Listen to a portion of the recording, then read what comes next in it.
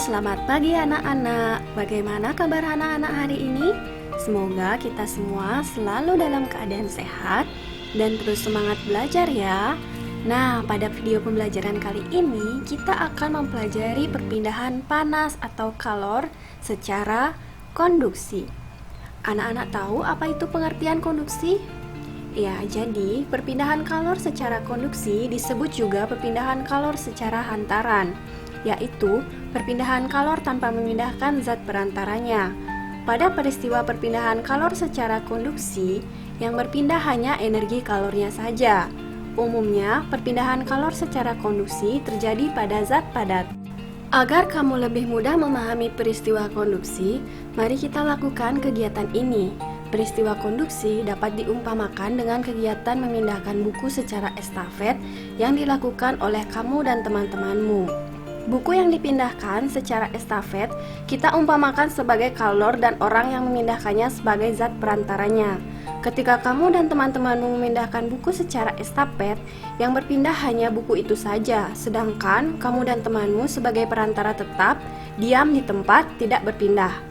Begitu pula dengan peristiwa konduksi, hanya kalor yang berpindah, zat perantaranya tetap. Pada perpindahan kalor secara konduksi, kalor akan berpindah dari benda bersuhu tinggi menuju benda yang suhunya lebih rendah. Peristiwa konduksi juga dapat kamu jumpai pada saat kamu memasak.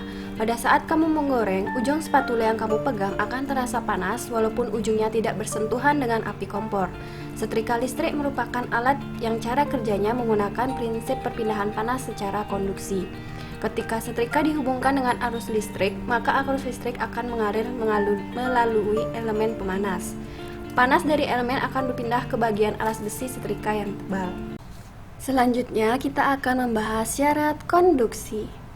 Syarat terjadinya konduksi adalah adanya zat perantara atau medium dan ada perbedaan suhu pada ujung-ujung medium tersebut. Jenis zat perantara pada peristiwa konduksi adalah zat padat.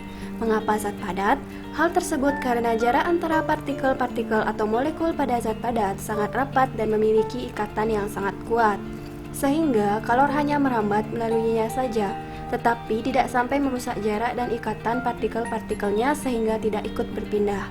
Namun, tidak semua zat padat bisa melakukan proses konduksi. Selanjutnya yaitu contoh perpindahan kalor secara konduksi dalam kehidupan sehari-hari. Mari kita simak cerita berikut ini. Pada hari Senin bertepatan dengan Hari Raya Suci di Bali, yaitu Anggarakase Perang Bakat, merupakan hari di mana akan dilaksanakannya upacara Biodalan di Pura. Di hari suci tersebut, keluarga Pak Putu sibuk untuk menyiapkan upakara-upakara bebantenan. Untuk yang bertugas menyiapkan bagian tandingan banten adalah istri Pak Putu, yaitu Ibu Kade. Sedangkan Pak Putu dan anaknya yang bernama Doni menyiapkan upakara Dewoyatnya yang dimana menggunakan ayam panggang untuk persembahannya. Pak Putu dan Doni mulai menyiapkan arang, alat pemanggang, dan ayam yang telah dibersihkan. Setelah itu, Pak Putu dan Doni mulai memanggang ayam tersebut di atas bara api. Namun, saat hendak membalikkan ayam secara tidak sengaja, Doni menyentuh bagian ujung alat pemanggang dan merasakan panas pada tangannya. Lalu, Doni pun merasa bingung dan bertanya kepada Pak Putu, mengapa dia bisa merasakan panas, padahal ia tidak menyentuh bara apinya dan hanya menyentuh ujung dari alat pemanggang tersebut. Mengapa hal tersebut bisa terjadi? Lalu, Pak Putu menjelaskan kepada Doni bahwa peristiwa yang dialami Doni tersebut terjadi karena adanya perpindahan panas atau kalor secara konduksi. Perpindahan kalor atau panas secara konduksi menggunakan zat perantara sebagai medium, tetapi tidak disertai dengan perpindahan zat perantaranya. Umumnya terjadi pada zat padat seperti logam, besi, dan tembaga. Yang dirasakan Doni terjadi karena adanya hantaran atau rambatan yang mengakibatkan kalor merambat di sepanjang zat perantara, yaitu alat pemanggang ayam yang terbuat dari logam yang berfungsi sebagai medium. Contoh peristiwa perpindahan kalor yang lainnya yaitu besi yang dipanaskan menjadi panas merata dan rasa panas saat memegang gelas yang diisi air panas. Baik anak-anak, itu tadi kita sudah mempelajari perpindahan panas atau kalor secara konduksi. Semoga pembelajaran kali ini bermanfaat dan dapat dijadikan bahan pembelajaran untuk selanjutnya. Sampai bertemu kembali anak-anak. Terima kasih. Semangat belajar ya.